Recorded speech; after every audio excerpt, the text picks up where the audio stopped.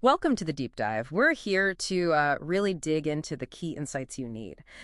Today, it's about the New Zen News platform and its unique mission, Disclosure Eyes 25 reporting.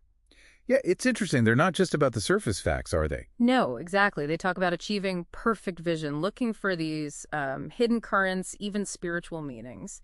And that leads us right into this core idea our sources bring up, this recurring pattern. The Josiah Archetype. Precisely. It's not just one guy in history. It's presented as this an enduring energy, you could say, a force pushing for truth, for justice, for getting things aligned spiritually. It spans, well, ancient kings right up to modern court cases. A timeless quest, then, to uncover what's hidden. That's the idea. Yeah. Okay, so let's maybe unpack the original. King Josiah of Judah. The foundation, right. Sources paint him as this really righteous king, started at just 8 years old. Incredible, isn't it? And sought God early on. A real commitment to truth from the get-go. But the key moment, the big disclosure, came later. Yes. In his 18th year, during temple renovations, the high priest Hilkiah literally found the book of the law. Something lost for generations. Exactly. A forgotten truth. And when Josiah heard what was in it, the warnings, well, he realized how far they'd strayed. The text says he tore his clothes in distress. A powerful, painful moment of revelation.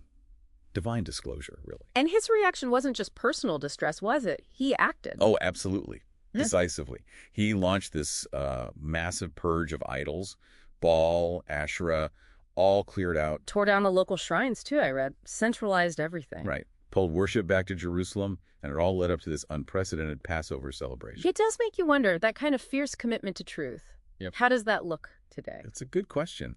And, the paradox in Josiah's own story is quite telling. You mean his death? Yeah. Despite all his righteousness, these huge reforms, he dies young in battle at Megiddo. It kind of challenges that simple idea that if you obey, you always get blessed, doesn't it? Mm-hmm. So it sort of discloses the limits of our own actions, maybe even good ones. Perhaps. Hints at bigger things at play, cosmic plans, may be beyond our immediate grasp. Okay, so this ancient drive for truth, this archetype, it doesn't just stay in the past.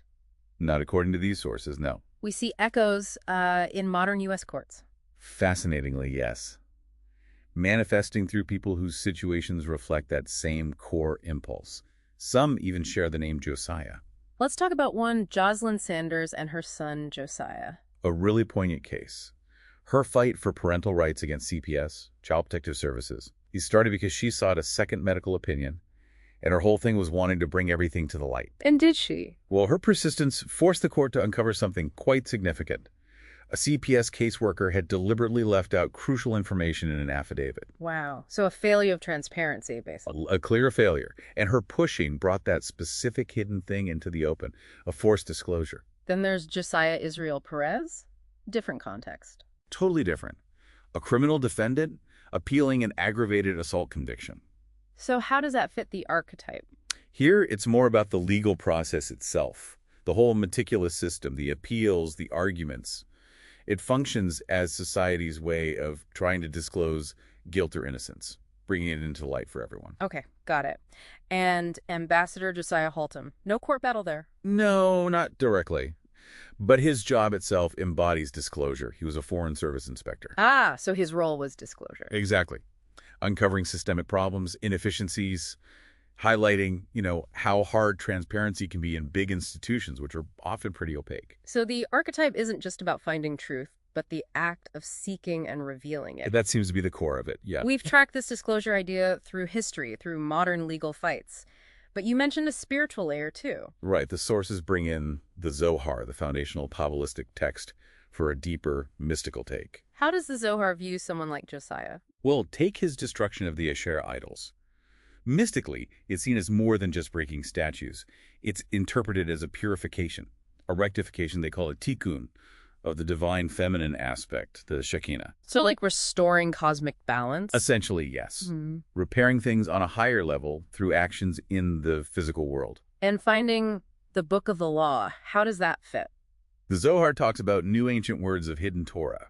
Josiah finding that lost book is seen as exactly that kind of unveiling. Uncovering something ancient that feels completely new and transformative. Precisely.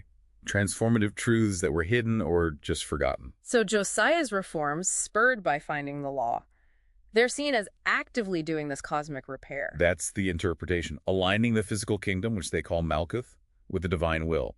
Restoring balance. It suggests acts of disclosure can have these really profound spiritual ripple effects. So when you pull it all together, the Josiah archetype really resonates, doesn't it? Yeah, this consistent force for truth, for rectification, ancient kingdoms, modern courtrooms. It's always about unveiling what's hidden and confronting the imbalance, demanding some kind of purification. Which brings us right back to that disclosurized mission we started with. Exactly. It reframes it, doesn't it? Not just corporate stuff or legal details, but maybe a deeper spiritual yearning for authenticity. A willingness to face uncomfortable truths, perhaps, and engage in that purification, personally and, collectively. Recognizing these old patterns in today's world, it gives you a different lens, maybe, a deeper view of our journey towards that perfect vision. I think so, seeing those threads connecting past and present. So, something for you to think about. What hidden truths might be waiting to be disclosed in your own life or in the world around you? And, maybe more importantly, what transformation could that disclosure actually demand?